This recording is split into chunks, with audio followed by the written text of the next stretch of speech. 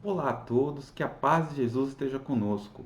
Vamos iniciar agora então a nossa reunião pública com uma prece.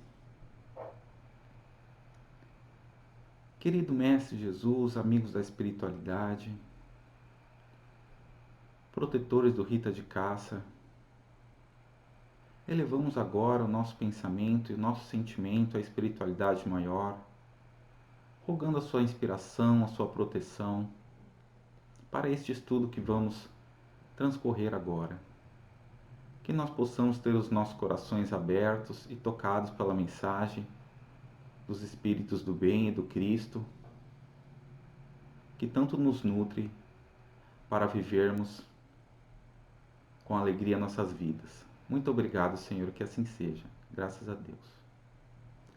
Pois bem, o nosso estudo de hoje é sobre o tema igualdade perante o túmulo, que está no capítulo 9 do livro 3 do Livro dos Espíritos. Mas antes de entrar nesse tema propriamente dito, vamos falar um pouquinho desse capítulo do Livro dos Espíritos, que é a lei de igualdade. Vamos falar um pouco sobre essa questão da igualdade, primeiramente. Ele começa esse capítulo, Allan Kardec, com a questão 803 do Livro dos Espíritos, onde ele pergunta, aos espíritos: todos os homens são iguais perante Deus? E segue a resposta: sim, todos tendem para o mesmo fim, e Deus fez suas leis para todos. Dizeis frequentemente: o sol brilha para todos, e com isso dizeis uma verdade maior e mais geral do que pensais. E tem um comentário de Allan Kardec. Todos os homens são submetidos às mesmas leis naturais, todos nascem com a mesma fragilidade, estão sujeitos às mesmas dores, e o corpo do rico se destrói como o do pobre. Deus não concedeu, portanto, superioridade natural a nenhum homem, nem pelo nascimento nem pela morte. Todos são iguais diante dele.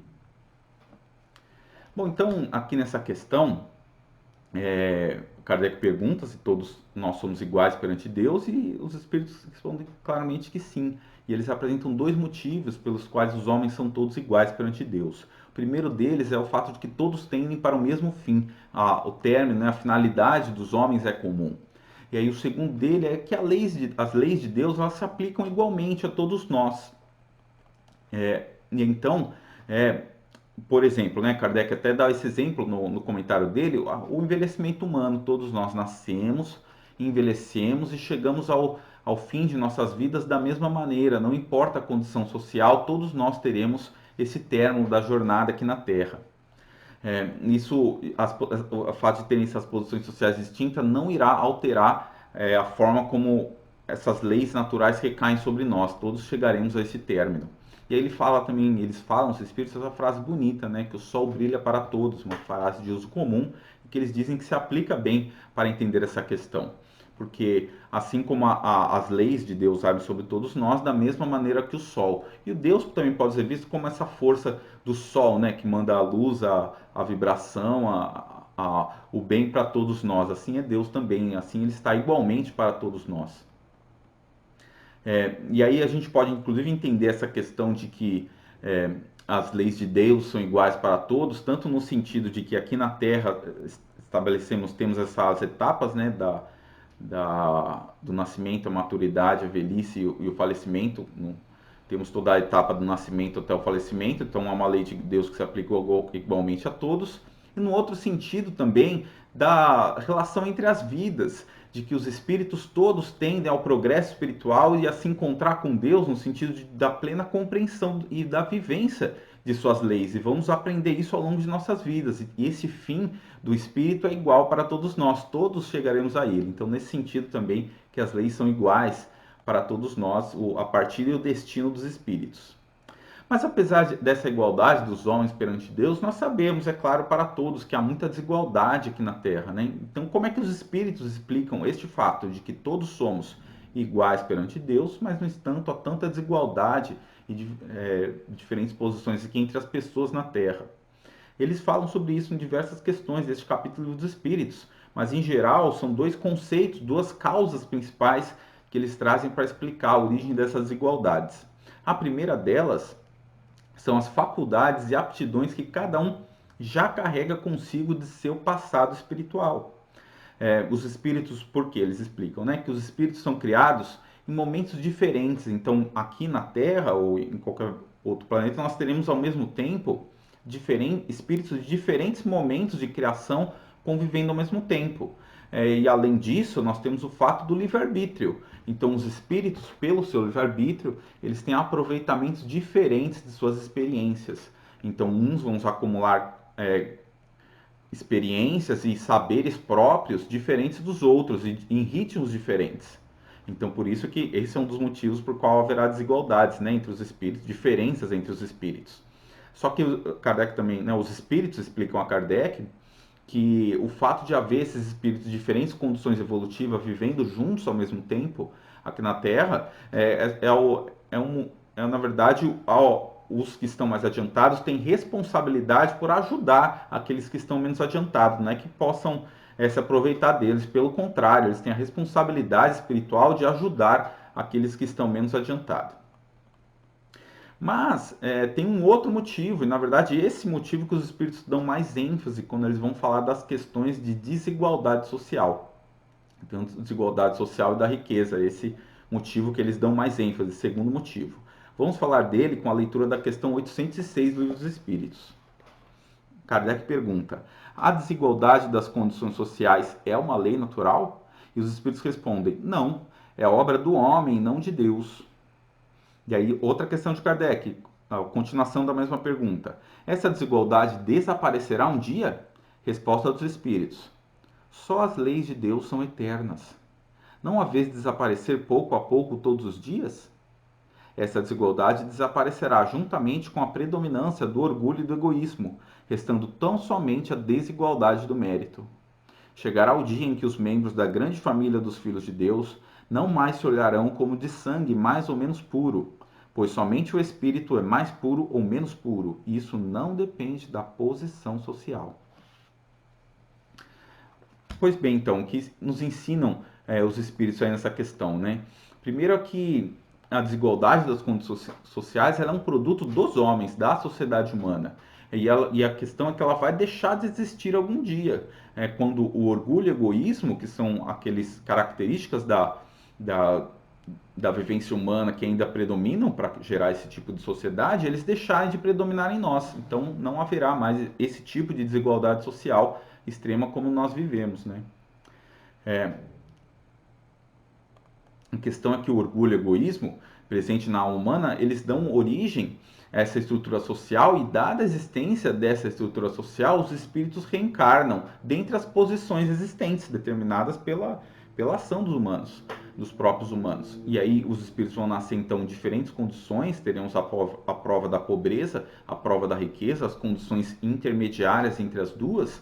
Em cada uma dessas posições terão diferentes circunstâncias em que poderão crescer espiritualmente, aprender a lidar com as dificuldades ou com as tentações que aparecerão, conforme a posição social, e com isso crescer espiritualmente e tirar de si essas marcas do orgulho e do egoísmo. E aí, conforme vai se aprendendo isso, a própria estrutura social vai se alterando também, né?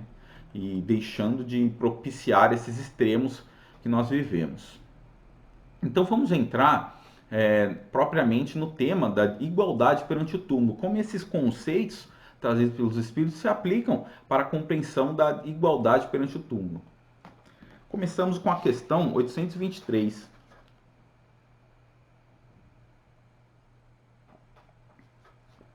Do Livro dos Espíritos. De onde veio o desejo de perpetuar a própria memória nos monumentos fúnebres? Resposta dos Espíritos: derradeiro ato de orgulho.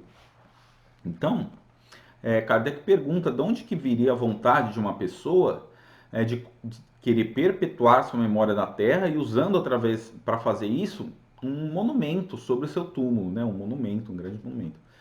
De onde que viria essa vontade? Aí os espíritos vão responder que é um ato final de orgulho.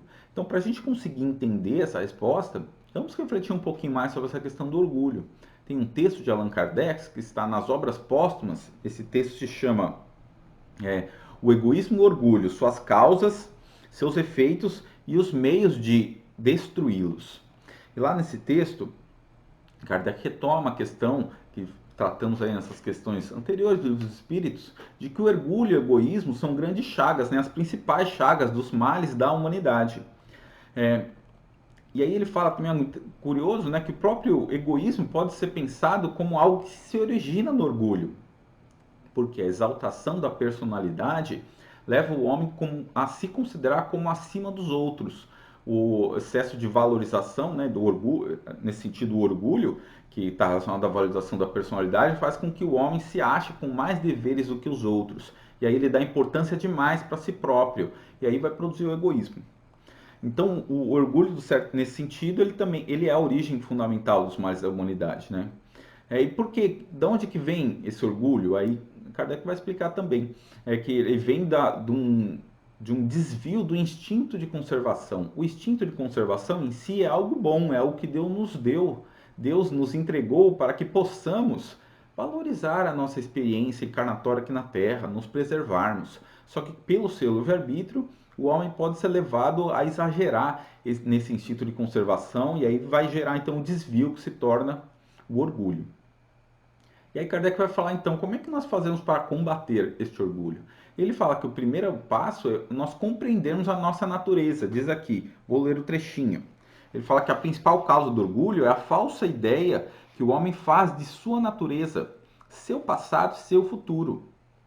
Não sabe de onde vem, crer ser mais do que é. Não sabe para onde vai, concentra todo o seu pensamento sobre a vida terrestre, que na verdade é temporária. Crença na superioridade individual torna o homem orgulhoso.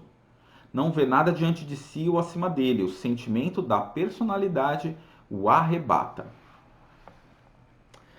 Então, no fundo, a origem desse problema é uma falta de compreensão da nossa natureza espiritual. Se não compreendemos que vivemos antes daqui e principalmente que teremos uma vida após esta vida aqui na Terra, vamos dar importância demais à nossa vida, à nossa personalidade aqui da Terra, sem entender que ela cumpre uma função na nossa jornada espiritual. A estada aqui é temporária, temos objetivos maiores a atender e devemos então viver a nossa vida aqui na Terra em conformação com os objetivos maiores da vida do Espírito, que é a nossa vida verdadeira, a vida mais ampla. Se não entendo isso, pode ser que, e aí isso gera um orgulho, né, pelo excesso de valorização da minha personalidade aqui na Terra, da circunstância de vida que eu tive aqui na Terra, eu posso cair nesse engano de achar que mesmo não entendendo a vida após a morte, achar que eu ter um monumento que vai valorizar a minha condição temporária de vida que eu tive aqui na Terra, isso vai perpetuar minha personalidade. Tem uma continuidade nesse sentido, né? É uma falta de compreensão que a verdadeira continuidade está na vida espiritual. E aí um monumento aqui na Terra, na verdade, não vai ter uma contribuição para isso. E esse que é o derradeiro ato de orgulho, né? Esse derradeiro ato de valorizar excessivamente a personalidade aqui na Terra. E aí Kardec continua então a reflexão sobre esse assunto, ele faz outra pergunta aos espíritos. Na verdade, já a continuação da mesma pergunta, questão 823A. Pergunta a ele, mas a suntuosidade dos monumentos fúnebres não é, na maioria das vezes, determinada pelos parentes que desejariam honrar a memória do falecido e não por este? E responde os espíritos, orgulho dos parentes que querem honrar-se a si mesmos. Oh, sim, nem sempre é pelo morto que se fazem todas essas demonstrações, mas por amor próprio, por consideração ao mundo e para exibição de riqueza. Crês que a lembrança de um ente querido seja menos durável no coração do pobre, porque ele só pode colocar uma flor sobre sua tumba? Crês que o mármore salva do esquecimento aquele que foi inútil na terra? Então qual a questão que está sendo trazida aqui nessa pergunta e resposta dos espíritos, né? É que o que importa é que não é se o túmulo, é menos a questão de se o túmulo é assim assado, é mais ou menos bonito. A questão é o sentimento que pelo ente querido que voltou à espiritualidade. Isso que é o verdadeiramente importante, é esse o ensino que os espíritos nos trazem. Os espíritos estão ensinando que se o parente teve a preocupação de ter aquele túmulo, um monumento, né? Na verdade, ele trata de um monumento sobre o túmulo apenas com o objetivo de demonstração de riqueza, ele está se auto-enganando também pelo orgulho, né? No fundo, o orgulho é esse auto-engano, valorizar demais a personalidade, a situação temporária aqui na Terra, em detrimento dos objetivos espirituais. É um engano do ser a si próprio, porque aquilo não trará plenitude e felicidade verdadeira. Então, aí o parente está caindo nesse engano, né? Você está usando aquela circunstância como uma demonstração de riqueza. A hora da partida é o momento de enviar o pensamentos carinhosos, aquele que se foi em agradecimento pelo tempo que tivemos juntos aqui na Terra, pela essa etapa de nossa jornada espiritual, cumprimos juntos aqui na Terra, e esses pensamentos carinhosos para que ele possa se erguer e se restabelecer na espiritualidade. Essa que é o necessário neste momento, né? A preocupação em dar um enterro apropriado ao corpo é justa, seja a forma como escolhermos, né, para isso, ela é plenamente justa. A questão é que não é um momento de, por exemplo, se a pessoa acha que tem que fazer algo muito grandioso, às vezes até colocando, indo além de suas possibilidades financeiras para isso, não é algo que faz sentido, né? É, Aí ele diz que a flor que o pobre coloca sobre o túmulo do seu ente querido não vale menos do que o mármore de um túmulo majestoso. Não tem valor menor, porque o que importa é o sentimento que carrega aquele ato. Tem uma passagem de Jesus também que é muito interessante sobre esse assunto, né, de como lidamos a nossa atitude frente aos entes queridos que se foram. Ela tem uma versão no Evangelho de Mateus, capítulo 8, e no Evangelho de Lucas, capítulo 9, que é a versão que nós vamos comentar. Porque essa versão também ela é comentada por Allan Kardec, no capítulo Moral Estranha do Evangelho segundo o Espiritismo. É um trecho que está lá nesse capítulo, porque como veremos, se nós tivermos uma leitura rápida e apressada, é difícil de se entender. É uma passagem daquelas que uma leitura muito ao pé da letra, imediata, pode nos levar a um equívoco. Está lá no capítulo 9, versículos 59 e 60 do Evangelho. Está no momento em que Jesus ele havia iniciado sua caminhada para Jerusalém, onde seria o término da sua jornada na Terra, e ele passou por várias vilas, povoados e estradas, e junto com seus discípulos, e em algum momento durante essa caminhada dele, ele encontra um homem e convida-o, faz um convite a ele, a segui-lo. Vamos ler a fala de Jesus. Disse ao outro: segue-me. E ele respondeu, este homem: permite-me primeiro ir enterrar meu pai. E aí ele replicou, Jesus respondeu: deixa que os mortos enterrem seus mortos. Quanto a ti, vai anunciar o reino de Deus. Então é uma passagem que a princípio nos parece estranha, porque o Jesus faz um convite ao homem para segui-lo, anunciar o reino de Deus, e o homem fala: Jesus, me deixe primeiro enterrar meu pai. E Jesus responde, então: deixa que os mortos enterrem seus mortos e venham anunciar o reino de Deus. Não sou esquisito, Jesus estaria impedindo então que esse homem enterrasse, o homem que acabou de falecer e o filho não poderia participar do enterro? Tem o professor Byron McCain, da Universidade de Duke, ele traz uma interpretação interessante sobre esse trecho, né? Ele estudou, ele é um estudioso dos ritos de enterro dos judeus da época de Jesus. E aí, com base nesses estudos que ele fez, ele apresenta uma interpretação interessante, que não seria exatamente essa a situação que a gente imagina. Ele diz que haviam ritos a serem cumpridos do momento do falecimento até o momento do enterro. Mas esses ritos não acabavam aí. Depois do enterro havia uma série de outros ritos, né? Havia o que era chamado, na verdade havia diferentes estágios de luto. Durante a primeira semana após o falecimento havia um estágio de luto. Aí durante o primeiro mês havia um segundo estágio de luto e havia um terceiro estágio que poderia demorar até um ano. Esse era o período que eles esperavam aproximadamente, até que houvesse a decomposição dos restos da carne, né, dos ossos do falecido.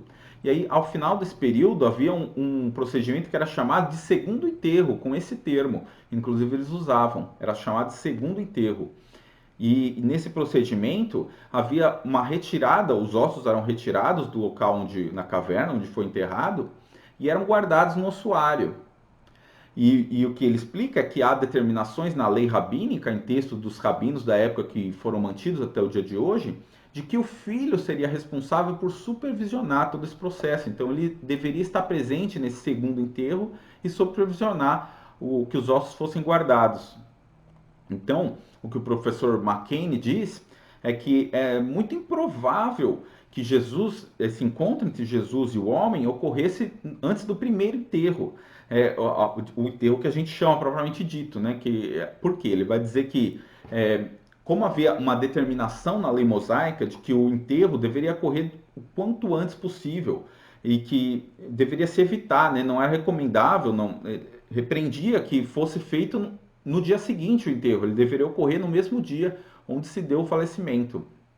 Então, como o filho como responsável por estar ali também nesse momento, era muito difícil se essa conversa tivesse ocorrido antes do primeiro enterro, era muito difícil que ele estivesse no local público conversando com Jesus, algo muito improvável. Certamente ele estaria em sua casa preparando os ritos, porque o enterro ocorreria logo. Ele tinha ritos a preparar para que houvesse o primeiro enterro. Então, o que ele explica é que provavelmente essa passagem concorreu nesse período que antecedia o segundo enterro. Então, esse tempo que ele pede a Jesus poderia demorar até alguns meses. E aí a gente tem essa questão, né? Há uma preocupação legítima deste homem em cumprir as leis de sua época, as determinações dos rabinos, que ele tinha responsabilidade de presidir aí, de coordenar, estar supervisionando esse segundo enterro. Então ele tinha uma responsabilidade legítima, de acordo com as convenções aqui da Terra, né? Perante a sociedade, e ele queria cumprir isso. E aí o ensino que Jesus traz não é de negar as responsabilidades da terra, mas que há uma responsabilidade maior que a nossa responsabilidade espiritual. Ali, inclusive nesse momento, Jesus já ia para Jerusalém. Se ele fosse esperar esse tempo todo, na verdade o rapaz nem teria como seguir com Jesus, né? Que já seria o término da estada de Jesus na terra. Então, e aí no caso ele aproveita esse momento, como diz Kardec no comentário dele essa passagem, para passar um ensinamento maior. Vamos ler o comentário de Jesus sobre essa passagem. Desculpa, o comentário de Allan Kardec sobre essa passagem de Jesus. Diz Kardec, no Evangelho segundo o Espiritismo. A vida espiritual, com efeito, é a verdadeira vida. É a vida normal do espírito. Sua existência terrestre não é senão transitória e passageira. É uma espécie de morte comparada ao esplendor e atividade da vida espiritual. O corpo não é senão uma veste grosseira, que reveste momentaneamente o espírito, verdadeira cadeia que o prende à gleba da terra, e da qual se sente feliz de estar livre. O respeito que se tem pelos mortos não se prende à matéria, mas pela lembrança ao espírito ausente. É análogo àquele que se tem pelos objetos que lhe pertenceram, que tocou, e que aqueles que o amam guardam como relíquias. É o que esse homem não poderia compreender por si mesmo. Jesus lo ensina dizendo: não vos inquieteis com o corpo, mas pensai antes no espírito. E de ensinar o reino de Deus, e de dizer aos homens que sua pátria não está na terra, mas no céu, porque somente lá está a verdadeira vida. Então aqui ele está dando esse ensino que ele podia estar com o Pai em sua lembrança, né? Que aí ele aguardar para cumprir esse cerimonial aí não estava acima do objetivo, da possibilidade que ele tinha espiritual da difusão do reino de Deus na terra. Bom, então, dando continuidade, né, a outra questão que há no Livro dos Espíritos nessa sessão da igualdade perante o túmulo é a questão 824, onde, dada a resposta à questão anterior, né, sobre essa questão dos monumentos fúnebres, poderíamos ser levados à conclusão, então, que os espíritos não apoiam que haja qualquer tipo de homenagem às pessoas que falecem. E aí, Kardec, então, faz essa pergunta, né, nessa direção. Ele pergunta, questão 824. Reprovais de maneira absoluta as pompas fúnebres, ou seja, em qualquer circunstância reprovada que haja pompas fúnebres? Primeiro vamos entender então o que são pompas fúnebres, né?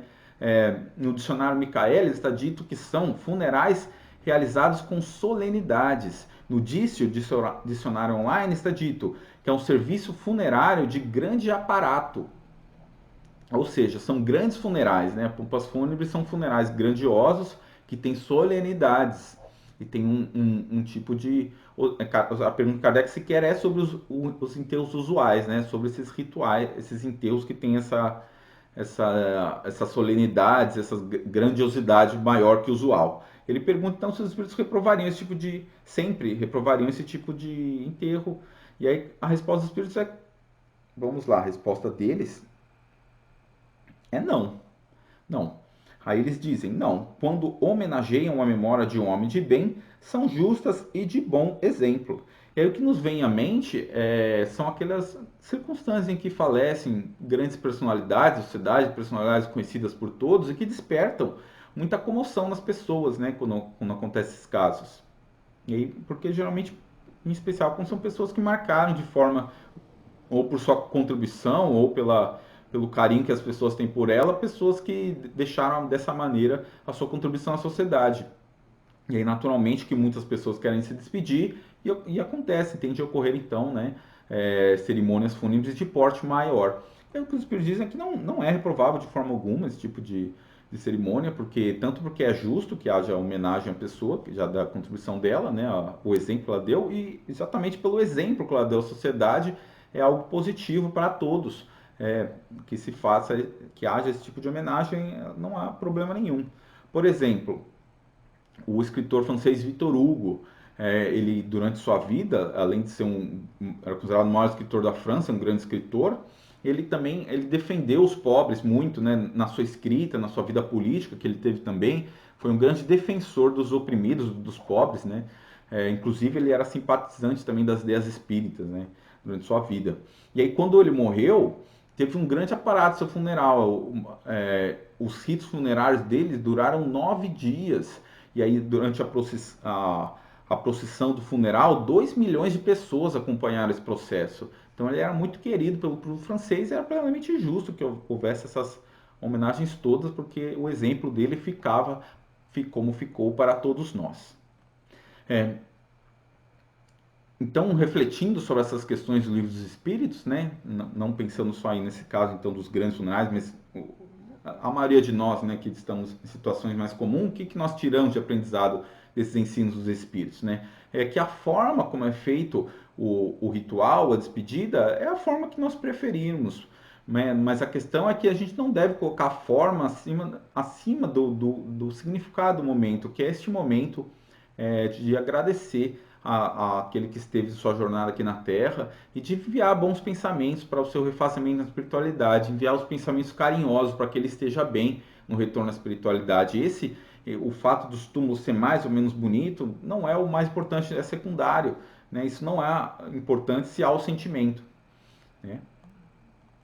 E a gente tem ainda um comentário de Allan Kardec sobre essa questão, mas antes dele, eu quero comentar outras duas questões dos espíritos. O próprio Allan Kardec recomenda ali, né, nesse trecho que essas questões sejam estudadas junto com outras questões dos espíritos que fala sobre o ponto de vista do espírito no mundo espiritual. Como é que o espírito recebe, ele vê essa questão do funeral ali e da lembrança perante a ele dos encarnados aqui na Terra.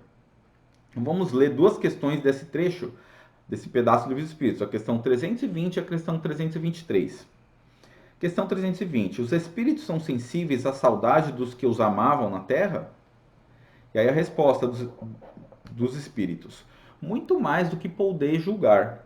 Essa lembrança aumenta-lhes a felicidade, se são felizes. E se são infelizes, serve-lhes de auxílio. E a questão 323. A visita ao túmulo proporciona mais satisfação ao espírito do que uma prece feita em sua intenção? A visita ao túmulo é uma maneira de se manifestar que se pensa no espírito ausente, e a exteriorização desse fato. Eu já vos disse que a prece que santifica o ato de lembrar, pouco importa o lugar se a lembrança é ditada pelo coração. Então, temos duas informações importantes aqui nessas questões. Primeiro, que é importante a nossa lembrança com carinho, porque os espíritos sentem essa lembrança, então se é um espírito que está numa boa condição espiritual, ele vai sentir todo o carinho que temos por ele, vai ser grato e vai ser feliz por essa lembrança. E se for um espírito que está em mal condição, teve dificuldades em sua vida aqui na Terra e aí está em mal condição de espiritualidade, ele necessitará mais ainda dessa lembrança, desse pensamento carinhoso. Vai ajudá-lo muito nós lembrarmos com o carinho dele.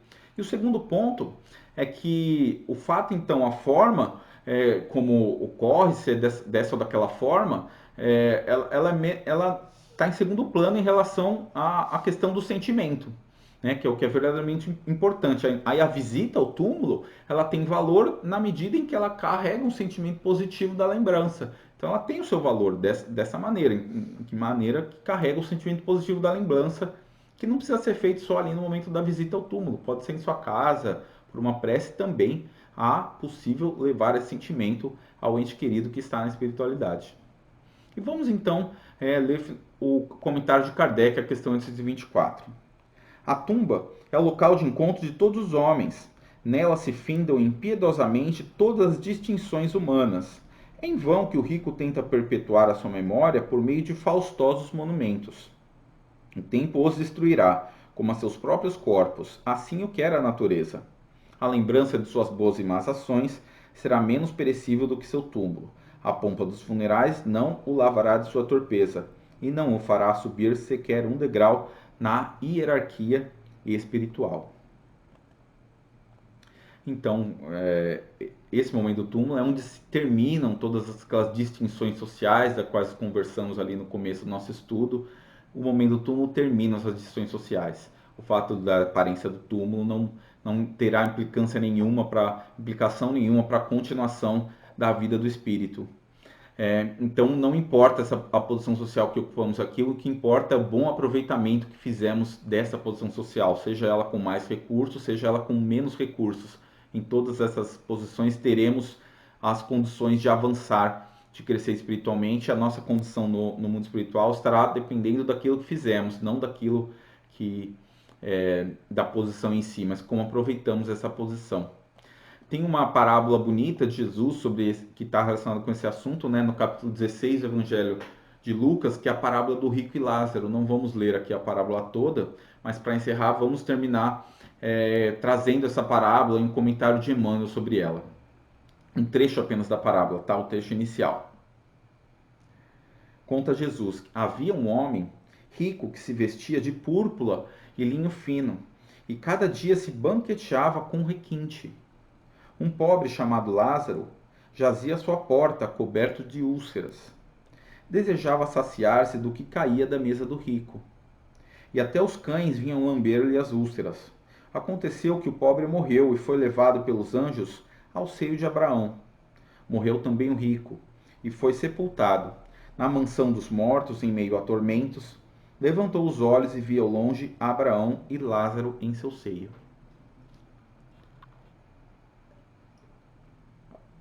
Então, Jesus escreve, né, uma situação onde havia um homem rico, né, ele destaca ali a questão das roupas de linho púrpura, roupas finas, uma alimentação também muito farta, e ao mesmo tempo convivia ali próximo um homem pobre, né, e ele narra o sofrimento desse homem que se chamava Lázaro. A gente não tem detalhes de como foi as suas vidas, mas pela condição espiritual em que chega, podemos entender que o homem pobre, Lázaro, venceu a prova da pobreza, enquanto o homem rico, ele não teve sucesso na prova dele. E outras informações também interessantes que temos aí nessa parábola, por exemplo, sobre essa questão do túmulo, é mencionado que o homem rico foi sepultado. Então nos dá a entender que ele teve esse enterro com todas as condições, as melhores condições de riqueza da época, enquanto sequer se menciona como foi esse enterro de Lázaro. Então, dá a entender que ele teve, como uma pessoa na condição social dele, não teve o enterro, nem sequer menciona como se fosse enterro, mas isso não importa para a condição dos dois, a diferença da condição do enterro, né? Outra informação também é o próprio nome que Lázaro traz, né? Porque Lázaro, é interessante que de todas as parábolas que foram contadas por Jesus, o único personagem que recebe um nome é Lázaro, é o homem pobre da parábola. O rico, podemos ver que ele não recebe. Isso é um outro também, é um ato em que Jesus enfatiza que o sucesso na vida espiritual não depende da posição na terra. É o fato de que ele deixou esse nome registrado aí para a posteridade de Lázaro, é algo que também reforça esse ponto, né? Que apesar que é um homem esquecido para o mundo, mas que venceu, cresceu espiritualmente, né? Teve um grande sucesso no mundo espiritual, desfrutou da alegria de ter superado a prova tão difícil que ele enfrentou. E para encerrar aqui a nossa reflexão de hoje, temos aqui uma mensagem de Emmanuel, onde ele comenta a parábola do rico e Lázaro, né? Um texto publicado no livro Escrino de Luz, da editora O Clarim. Se chama O Lázaro e o Rico, texto de Emmanuel, da psicografia de Chico Xavier. Diz o texto: recordemos a lição de Jesus na parábola, para que não lhe percamos a bênção do conteúdo. Não se ergueu Lázaro ao paraíso porque fosse pobre, nem desceu o rico aos abismos da sombra porque houvesse granjeado a fortuna entre os homens. Ou seja, né, um comentário aqui, é importante a gente ter isso em mente, não é o fato em si de Lázaro ser pobre, o fato em si daquele homem ser rico que o levou a posições diferentes na espiritualidade, a aproveitamento diferente, mas foi o que eles fizeram com essas posições. O primeiro, Lázaro, elevou-se à glória de Abraão pela humildade com que se portou na aprovação recebida. Arrojou-se o segundo, o homem rico, ao seio atormentado das trevas pela displicência com que usufruiu da posição e o dinheiro que o mundo lhe oferecia. Enquanto o rico se trajava de linho e púrpura, exibia Lázaro as chagas que lhe cobriam a carne, e enquanto o afortunado companheiro se banqueteava, feliz sem lembrar-se do irmão desditoso que lhe visitava a porta, conformava-se Lázaro, sofredor, com um espinheiro de angústia que as circunstâncias lhe impunham a sensibilidade, incapaz de amaldiçoar o vizinho gozador, indiferente e surdo aos seus rogos. O problema, pois, do céu para Lázaro e da expiação para o rico é de simples atitude, induzindo-nos a meditar nas oportunidades de progresso e sublimação que o Senhor nos confere, para que o tempo amanhã não nos encontre categorizados à condição de réus em nós mesmos. Não nos esqueçamos ainda de que os dois, embora separados por desfiladeiros intransponíveis, na alegria celeste e no sofrimento infernal, podiam comunicar-se entre si, entendendo-se um com o outro. Não ouvides, não esqueças, então, que na abundância ou na carência, na mordomia ou na subalternidade, sempre somos depositários da confiança de Deus e que somente a nossa atitude para com a vida, cultivando o bem onde estivermos, determinará a nossa ascensão à luz e o nosso definitivo afastamento do mal. Então, reunidos aqui por esse sentimento, agradecidos ao Mestre Jesus e à espiritualidade, vamos elevar o nosso pensamento, felizes pela confiança que Deus nos deu, pelo caminho que Ele nos entregou, seja ele que condição for. Temos a confiança do Pai de que temos a possibilidade de superar as dificuldades e de vencer as tentações também, e aproveitar bem, na verdade, porque o que Deus nos dá são possibilidades maravilhosas de crescer e avançar na vida do Espírito, e de rumar em direção a Ele, a seu abraço, que está sempre disponível para nós. Muito obrigado, Senhor, e esteja conosco, em nossos corações, hoje e sempre, que assim seja. Graças a Deus.